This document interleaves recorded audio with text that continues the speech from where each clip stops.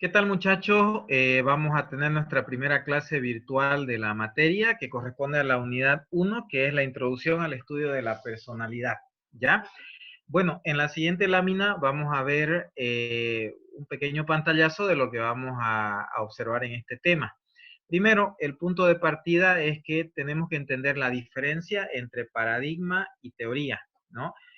Paradigma o perspectiva es lo mismo. ¿Qué es un paradigma o una perspectiva? Un paradigma es una forma global de ver la personalidad o la naturaleza humana.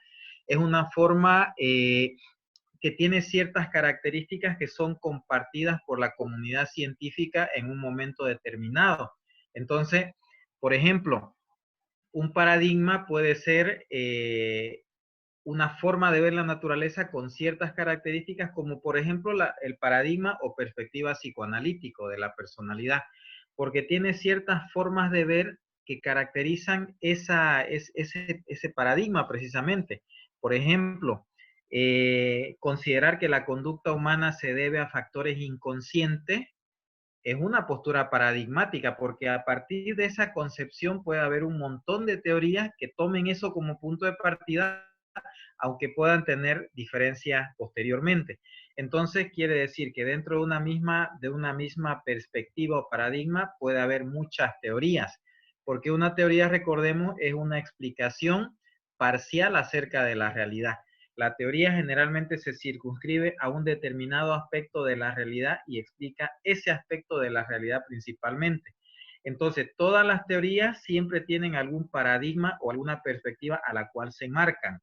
Por ejemplo, la perspectiva psicoanalítica que, como decía, concibe la naturaleza humana motivada por factores inconscientes al individuo, entonces ha dado lugar a varias teorías. Ahí tenemos la misma teoría de Freud, por ejemplo, que es la de teoría de el punto de partida de ese paradigma, pero también tenemos a Jung, que habla del inconsciente colectivo, que habla de los arquetipos, etcétera, que es otra teoría que se enmarca en aceptar ese punto de vista. Tenemos también a Alfred Adler con los famosos complejos de superioridad o complejos de inferioridad. Tenemos a Erik Erikson que habla de las etapas, ¿no? O de las crisis psicosociales por las cuales atraviesa el ser humano. Entonces tenemos una serie de teorías que se enmarcan en ese paradigma. Otro ejemplo puede ser el paradigma del aprendizaje. Es una perspectiva en la cual se ve que toda la naturaleza humana se debe a lo aprendido, a factores de aprendizaje.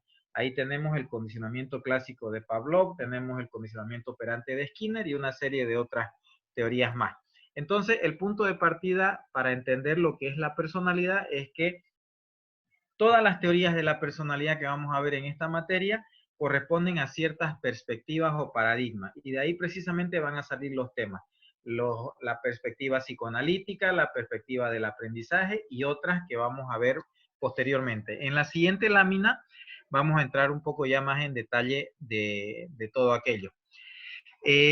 Algo importante que tenemos que reconocer cuando hablamos de personalidad es que no hay una sola definición de personalidad que sea aceptada por toda la comunidad científica de la psicología, porque sucede que las definiciones de la personalidad varían mucho dependiendo del punto de vista teórico o del paradigma al cual se suscriba el autor o el escritor, en todo caso, de un libro. Entonces, tenemos que dar primero algunas definiciones básicas. Y la primera definición, la más sencilla que vamos a dar de personalidad, es que la personalidad es la forma característica de pensar, sentir y actuar de las personas. Porque en realidad estamos hablando del comportamiento. Sabemos que el comportamiento tiene la dimensión de la conducta, que es lo que la gente hace, de la cognición, que es lo que la gente piensa, perdón, la variable de las emociones, que es cómo la gente siente, ¿no? Y la variable de las interacciones, que es cómo la gente se interrelaciona entre sí. Entonces, una primera definición sencilla de personalidad sería de que es la forma de pensar, sentir y actuar que caracteriza a las personas, que tiene una cierta regularidad en el tiempo y que se mantiene. Eso explica por qué, a pesar de que nosotros podamos dejar de ver a una persona y la veamos luego de años, Al encontrar a esa persona, notamos que sigue teniendo las mismas características que tenía cuando la dejamos de ver. O sea, tenemos la sensación de que esa persona sigue siendo la misma persona. ¿Por qué? Porque lo que estamos viendo es precisamente su personalidad, ¿ya? Otra alternativa, otra posible definición es decir de que la personalidad es la combinación entre las características o rasgos heredados y las características o aspectos adquiridos. En otras palabras, estaríamos hablando del temperamento y del carácter, porque el temperamento viene a ser aquella parte de la personalidad que ha sido heredada, que depende de nuestros genes. Por ejemplo, el nivel de activación del organismo es una variable temperamental. Ustedes se habrán dado cuenta que hay bebés que son tranquilitos, ¿no? Y casi ni hacen mucha bulla, ni molestan mucho. Y otros bebés que son muy inquietos y andan llorando y se meten por todas partes, etcétera. ¿Quién les enseñó a reaccionar de esa manera? Nadie. Es una cuestión temperamental. Uno de esos tiene un nivel de activación motora más elevada que el otro. Esa es una cuestión temperamental. Entonces el temperamento lo heredamos. Sin embargo, eso no es lo único que explica nuestra personalidad. También nuestra personalidad está formada por el carácter. Y el carácter viene a ser precisamente ese temperamento que ha sido modificado o moldeado por el entorno de aprendizaje, por todos aquellos y todas aquellas experiencias que hemos tenido a lo largo de nuestra vida. Entonces, otra definición sencilla de personalidad sería que personalidad es la combinación del temperamento y carácter. O en otras palabras, es la combinación entre los rasgos que hemos heredado de nuestros padres o antepasados y la forma como el ambiente nos ha modificado. Entonces, como punto de partida de la materia, vamos a tener esas dos definiciones elementales, básicas. Primero, que la personalidad es la forma característica de pensar, sentir, actuar e interrelacionarse de las personas. Y segundo, que personalidad es la combinación entre temperamento y carácter, lo cual nos hace personas únicas e irrepetibles. Esa es otra característica de la personalidad. Somos únicos e irrepetibles. No hay dos como nosotros. No hay dos personas exactamente iguales que compartan a cabalidad las mismas características de personalidad. Bueno, en la siguiente diapositiva vamos a ver también otros aspectos que tienen que ver ya más con lo que son las teorías o los paradigmas de la personalidad. Si observan ustedes la diapositiva, tenemos 7 paradigmas o 7 perspectivas. Tenemos la perspectiva de las disposiciones, tenemos la perspectiva biológica, la perspectiva psicoanalítica, la perspectiva neopsicoanalítica, la perspectiva del aprendizaje, la perspectiva fenomenológica y la perspectiva de la autorregulación cognitiva. En esta clase yo les voy a dar una pequeña definición de cada una de las perspectivas que nos va a servir de punto de partida para que en las siguientes clases vayamos desglosando varias de ellas. Primero, la perspectiva de las disposiciones. Disposición es sinónimo de característica. Disposición quiere decir característica.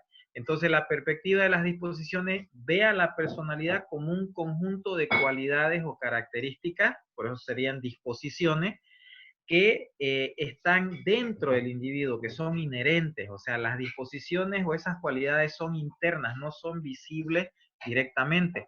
Lo que vemos es el comportamiento.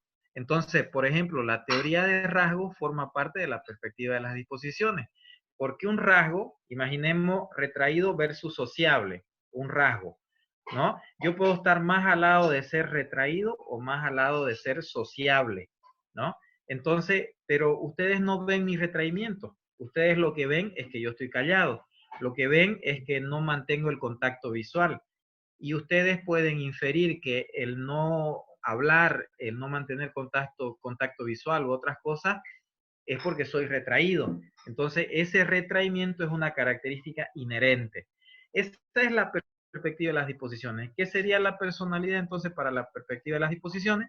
La personalidad vendría a ser un conjunto de cualidades o características inherentes al individuo que no son visibles de manera directa, sino que se traducen en comportamientos o conductas que son las que nosotros experimentamos y vemos, mejor dicho, en las personas. Entonces, ¿cuáles son las dos teorías principales de la perspectiva de las disposiciones? son la teoría de rasgos y la teoría de los tipos psicológicos. Rasgos y tipos son dos disposiciones o cualidades que poseen los individuos y que en una próxima clase vamos a ver la diferencia entre ambas, ¿ya? Bueno, otra perspectiva es la perspectiva biológica. La perspectiva biológica, como la misma palabra lo dice, plantea de que la personalidad fundamentalmente está conformada por los aspectos heredados, o sea, nuestra personalidad tiene netamente una base genética. Esto se basa en investigaciones que se han realizado, por ejemplo, con gemelos idénticos que han sido separados al nacer y que se han criado en contextos totalmente diferentes. Y al ser evaluados posteriormente, se han encontrado muchísimas y sorprendentes coincidencias, incluso al nivel de que tengan las mismas características ideológicas, políticas o religiosas, las mismas características de personalidad, las mismas motivaciones, las mismas tendencias o gustos o preferencias, lo cual no se podría explicar por el entorno porque se han criado en contextos totalmente diferentes. La única explicación posible ahí es que la base genética ha determinado que ellos desarrollen esas características. Entonces, la perspectiva biológica de la personalidad afirma de que la personalidad viene dada básicamente por las disposiciones heredadas o genéticas. Sería una cuestión básicamente temperamental, por decirlo de otra manera, ¿no? Entonces, esa es la perspectiva biológica. Ahora, entrando ya a las perspectivas un poco más conocidas de repente, la perspectiva psicoanalítica es una de las más conocidas, desarrollada por Freud a finales del siglo XIX en Viena, que entonces en esa época era el Imperio Austrohúngaro, y Freud tenía una forma de pensar acerca de la personalidad. Freud creía que la personalidad es un conjunto de fuerzas inconscientes que están en constante interacción. Nunca están quietas, son fuerzas inconscientes que siempre compiten entre sí. Esas fuerzas inconscientes tienen que ver con, por ejemplo, un inconsciente, un consciente y un preconsciente en primer lugar. Si hay un inconsciente, que son todas aquellas cosas de las cuales no nos damos cuenta, pero que están dentro de nosotros y que de alguna manera se manifiestan en nuestro comportamiento, tiene que haber un consciente, que sería el estado de alerta. Y también tiene que haber una frontera entre el consciente y el inconsciente, que sería el preconsciente. Por otro lado, también esas fuerzas en interacción pueden tomar otras características según Freud. Puede haber un ello, puede haber un yo y puede haber un superior, ¿no? El ello, donde están depositadas todos aquellos aspectos inconscientes, sexuales y agresivos sobre todo, que de alguna manera pugnan por salir a la conciencia y manifestarse en nuestro comportamiento. Existe un yo, según Freud, que es el que debiera regular a la personalidad, pero está vapuleado por el ello o por el superior. Y existe un superior que está constituido por todas las prohibiciones paternas, por todas las normas, por todo lo que se debe hacer y lo que no se debe hacer. Entonces, ¿qué es la personalidad para el psicoanálisis de Freud? Es un conjunto de fuerzas inconscientes que están en constante interacción. No son fuerzas visibles, ¿ya? Dentro de esa perspectiva tenemos otras perspectivas, perdón, otras teorías, ¿no? Entonces tenemos la teoría de Jung, como decía hace rato, tenemos la teoría de Adler, tenemos una serie de otras teorías que comparten ese punto de vista básico de Freud acerca de la personalidad como un conjunto de fuerzas en constante interacción.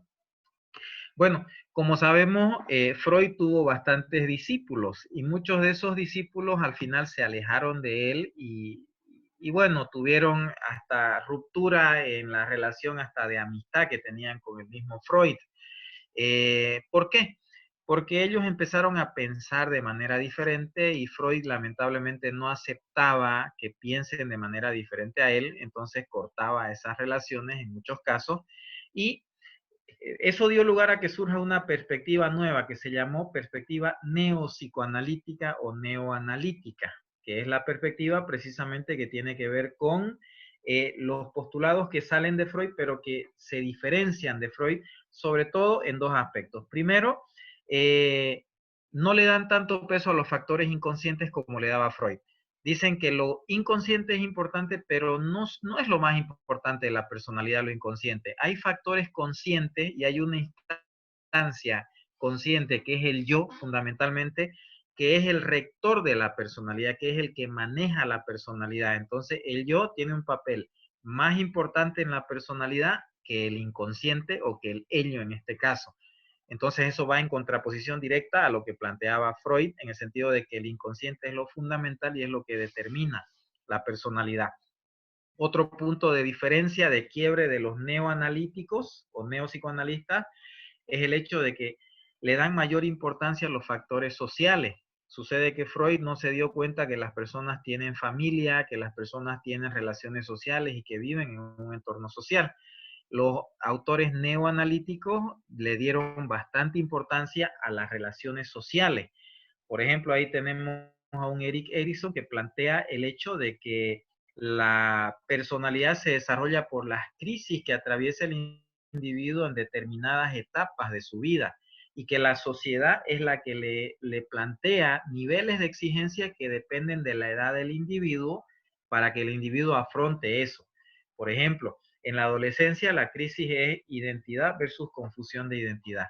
Es definir quién soy en todos los aspectos, sexual, moral, valorativo, de personalidad, etc. Entonces lo social me exige tomar una postura en ese sentido. Esa entonces es la perspectiva neopsicoanalítica, que sale de la psicoanalítica, pero se diferencia sobre todo en esos dos aspectos, ¿ok? Bueno, luego tenemos una perspectiva que es totalmente diferente, que es la perspectiva del aprendizaje. La perspectiva del aprendizaje es una perspectiva de la personalidad sin hablar de personalidad, porque los autores de la perspectiva del aprendizaje en ningún momento hablan de personalidad. Es más, evitan el constructo personalidad, porque ellos argumentan de que en realidad lo más importante es el comportamiento visible, observable del individuo, y que ese comportamiento cambia de manera sistemática a medida que el individuo está enfrentado a una serie de situaciones del entorno o del ambiente. Entonces, ¿qué sería la personalidad para ello? La personalidad es el conjunto de todas las cosas que hemos aprendido. La personalidad es el residuo del aprendizaje. La personalidad sería la suma de todos nuestros hábitos, la suma integrada de todo lo que hemos aprendido. Entonces, fíjense qué diferente es la definición de personalidad de la perspectiva del aprendizaje. Ahí tenemos autores, teorías básicas como la de Pavlov, el condicionamiento clásico, la de Skinner con el condicionamiento operante, la de Bandura, etcétera. ¿Ok? Bueno, una forma diferente de ver, no centrándose en lo inconsciente, ni centrándose en el entorno o los estímulos que predisponen una conducta o las consecuencias que le siguen esa conducta, es la perspectiva fenomenológica o también conocida como humanista existencial, que ve la personalidad de manera totalmente diferente. Para ellos, la personalidad es el conjunto de vivencias subjetivas que hemos tenido a lo largo de nuestra vida. Es decir, mi personalidad no va a estar determinada simplemente por las experiencias que yo he atravesado. Mi personalidad va a estar determinada fundamentalmente por la forma como yo subjetivamente he vivenciado lo que me ha pasado, ¿no? Pongo un ejemplo con lo que está pasando ahorita con el tema del coronavirus. No todas las personas seguramente están disfrutando del estar en su casa. De repente tienen relaciones un poco complicadas con su pareja, con sus hijos o con su familia, y de repente el hecho de este confinamiento que estamos atravesando tiene que ver con básicamente esas dificultades que pueda tener y puede ser especialmente ansiógeno para la persona. Pero para otra persona, de repente, este confinamiento voluntario o, bueno, a la fuerza, de repente es una oportunidad que le genera una emoción agradable, una emoción positiva, porque va a tener tiempo de compartir con su familia, va a tener tiempo de hacer lo que no podía hacer, va a tener tiempo de dedicarse a revisar aquellas cosas que quería revisar, pero por el trabajo no podía realizar. Entonces, esta misma situación para una persona puede ser motivo de pánico o motivo de problemas o de ansiedad, pero para otra persona puede ser motivo de alegría, motivo de reencuentro, motivo de felicidad. ¿Qué sería la personalidad entonces? La personalidad es cómo vivenciamos subjetivamente aquellas cosas que nos suceden, ¿no? ¿Qué es lo significativo en nuestra vida? Aquí encontramos autores básicos como Rogers, como Frank, como Maslow, que hablaban de que el ser humano tiende hacia la autoperfección, tiende hacia la libertad, tiende hacia la autorrealización, tiende hacia la autodeterminación. Entonces, una perspectiva totalmente diferente. Finalmente, otra perspectiva es la de la autorregulación cognitiva. Eso tiene que ver con algunos postulados que parten de lo que desarrolló Bandura, ¿no? Y sucede de que tiene que ver fundamentalmente con que la personalidad depende de la interacción que hay entre nuestro pensamiento, entre lo que nos sucede con el entorno y cómo evaluamos o qué expectativas tenemos nosotros en cuanto a lo que nos sucede. Entonces hay una interacción entre el individuo, entre lo que piensa el individuo y entre el entorno o el ambiente. Esa interacción precisamente va a dar lugar a que nosotros nos autorregulemos a través del pensamiento. Por ejemplo, si yo estoy estudiando psicología porque quiero ser psicólogo, pero me estoy aplazando en X materia o en esta otra materia, me doy cuenta de que el aplazarme en una materia me aleja de mi objetivo de ser psicólogo. Entonces empiezo a cambiar y a desarrollar conductas para no aplazarme, porque el no aplazarme y el vencer las materias me va a permitir acercarme a ese objetivo que tengo de ser psicólogo. Entonces, ¿qué es la personalidad para esta perspectiva?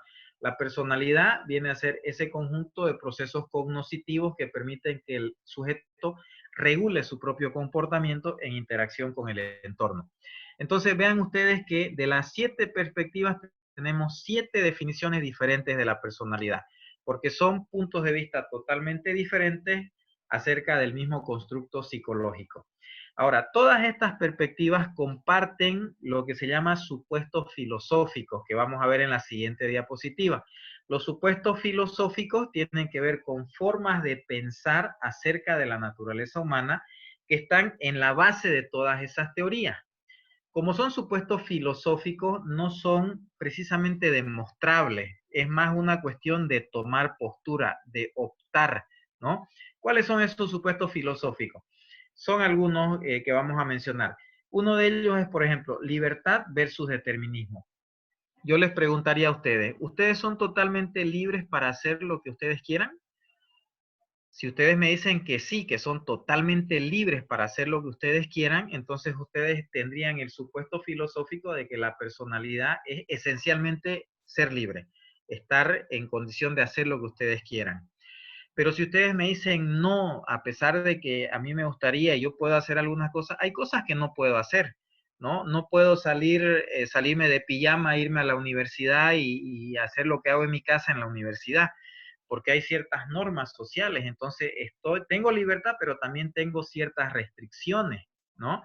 A mí me encanta mi trabajo y voy porque me gusta, pero ¿qué pasa si no me pagan? ¿Qué pasa si pasan meses y no recibo mi sueldo? Mi estómago no entiende de felicidad, mi estómago entiende de alimento. Entonces, para trabajar yo estoy condicionado porque me pagan y por eso también trabajo. Entonces, fíjense que son dos formas de ver al ser humano. O el ser humano es esencialmente libre o el ser humano está determinado por una serie de condicionantes. Ya ustedes se darán cuenta que el pensar que el ser humano es libre encaja con la perspectiva humanista existencial, ¿no? De que nosotros somos los arquitectos de nuestro futuro y los dueños de nuestra vida. Y la postura determinista encaja con, por ejemplo, el modelo del aprendizaje. Estamos determinados por los estímulos y por las consecuencias de nuestro comportamiento. Bueno, otra perspectiva es, perdón, otro supuesto filosófico es hereditario versus ambiental. Entonces, ¿qué significa eso? Nuestra conducta se debe a lo que hemos heredado o se debe al ambiente. Si yo pienso que todo se debe a la herencia, entonces tengo la perspectiva biológica como que muy marcada y todo va a depender de los genes, todo va a depender de las neuronas, todo va a depender de los circuitos cerebrales, todo va a depender de mi fisiología, de mi biología en suma, ¿no? Pero si yo adopto la otra postura, voy a suponer que el ser humano está determinado por el ambiente. ¿Y qué es el ambiente? El que va a determinar que una persona llegue a lograr ciertas cosas o no. Ya ustedes recordarán aquí o se darán cuenta de que la postura ambientalista es la postura del aprendizaje fundamentalmente. ¿Se acuerdan la famosa frase de Watson que dijo hace mucho tiempo, a principios del siglo XIX, denme una docena de niños y yo, indistintamente de sus antepasados, sus motivaciones, sus genes, etcétera, los voy a convertir en artistas, en abogados, en ladrones, en ingenieros, en lo que yo decida. ¿Qué quería decir con ese argumento, Watson? Quería decir que el ambiente es lo que determina lo que una persona es.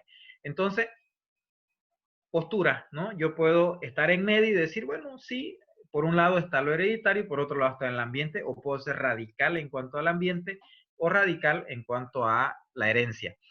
En la siguiente diapositiva vamos a ver otros supuestos filosóficos, ¿no? Que tienen que ver ya con otros elementos. Por ejemplo, unidad versus universalidad. ¿Ustedes creen que son seres únicos y que no hay nadie como ustedes? ¿Que son únicos e irrepetibles? Si usted cree que usted es único y no hay nadie como usted tiene un supuesto filosófico de unidad. No hay otro como yo. Soy único en mi mundo. Pero si usted piensa de que a pesar de que usted es único, hay mucha gente como usted, porque usted puede decir bueno, a mí me gusta tal cosa, digamos, pero hay mucha gente a la que le gusta lo mismo. Usted puede decir es que yo soy más introvertido en estas cosas, pero ¿cuántas personas más no son introvertidas también en ese tema? Entonces aquí el dilema es, o soy una persona única e irrepetible en todo el universo y en toda la historia, o soy una persona que tengo características que todo mundo tiene, que tienen todas las demás personas, ¿no? En ese sentido sería la universalidad, ¿no? Yo tengo características de personalidad que precisamente son susceptibles de evaluarse. Por ejemplo, introversión, ¿no? Retraído versus sociable, como decía hace rato. El retraimiento o la sociabilidad son características que cualquier persona puede tener en diversos niveles. Entonces, ¿somos únicos o somos comunes? Ese es el dilema, el supuesto. Otro supuesto es, ¿soy proactivo o soy reactivo? Yo les preguntaría, ¿ustedes hacen que sucedan las cosas o simplemente las cosas les suceden? Si las cosas les suceden y ustedes reaccionan simplemente a lo que les sucede, quiere decir que ustedes son reactivos. Las cosas les pasan y ustedes reaccionan a lo que les pasa. Pero si ustedes toman la decisión y actúan y generan su propia realidad, generan sus propias circunstancias, entonces ustedes están siendo proactivos. Fíjense que son dos polos del mismo aspecto, ¿no? O el ser humano es totalmente proactivo y construye su futuro, su realidad, su vida, o el ser humano es totalmente reactivo. Si yo nací en un ambiente de pobreza, de marginación, ¿será que toda mi vida voy a ser pobre y marginado? Si yo nací en un ambiente de riqueza o en una cuna de oro, como se dice, ¿será que siempre voy a estar en una cuna de oro o en un ambiente de riqueza? Entonces, ¿en qué medida yo creo, ¿no? Y hago que sucedan las cosas. ¿O en qué medida simplemente reacciono a lo que me sucede? Fíjense que los humanistas, los existencialistas adoptan la postura proactiva. Es el individuo el que crea su realidad y el que hace lo suyo. En cambio, las posturas del aprendizaje, por ejemplo, tendrían el supuesto de ser reactivo. El ser humano reacciona a los estímulos, reacciona a las consecuencias, etc. Y por último, el último supuesto filosófico que veremos hoy es optimista versus pesimista. Aquí la pregunta sería, ¿las personas cambian o las personas no cambian? Si yo creo que las personas cambian, entonces mi postura filosófica es optimista. Creo que sí existe el cambio, creo que sí podemos ser diferentes o cambiar muchos aspectos. O por otro lado, yo creo que no, a pesar de lo que suceda, seguimos siendo los mismos, seguimos pensando igual, seguimos actuando de manera totalmente como siempre lo hemos hecho y no hay mucha posibilidad de cambio. Entonces, desde ese punto de vista, somos pesimistas, ¿ya? La teoría psicoanalítica, por ejemplo, es pesimista en el sentido de que todo lo que sucedió en la infancia va a determinar lo que es el individuo en el adulto. Ahí la frase sería el niño padre del hombre. Lo que le sucede al niño determina lo que es el hombre o el adulto. Entonces, si yo tengo algunas características de personalidad neuróticas obsesivas, por decir, toda mi vida voy a ser neurótico obsesivo. simplemente tendré que adaptar a eso. Esa es una postura pesimista en cuanto al cambio. En cambio, una postura optimista en cuanto al cambio sería, por ejemplo, la perspectiva del aprendizaje, que me dice que como todo es aprendido, hasta lo disfuncional es aprendido, hasta el miedo es aprendido. Entonces, así como yo aprendí a tener miedo, puedo aprender a no tener miedo. Puedo desaprender esas conductas. Y por otro lado, si hay conductas que yo no sé, que yo no desarrollo, que no tengo en mi repertorio conductual, entonces podré aprender e instaurar esas conductas. Entonces quiere decir que la personalidad cambia totalmente, ya sea logrando tener conductas que no tengo o eliminando conductas que no quiero tener. Entonces el supuesto filosófico es optimista versus pesimista. Bueno, entonces como verán, cada uno de los paradigmas de la personalidad detrás de sí tienen supuestos filosóficos. Y estos supuestos filosóficos son formas de pensar que dan lugar a que se desarrollen esos paradigmas y dentro de esos paradigmas las teorías correspondientes. ¿Ok? Bueno, espero que haya quedado claro. La próxima clase vamos a ir viendo ya otros elementos y vamos a entrar en detalle de las perspectivas y de las teorías para ir desarrollando ya nuestro programa. Bueno, gracias por la atención y fue un gusto tener este contacto con ustedes.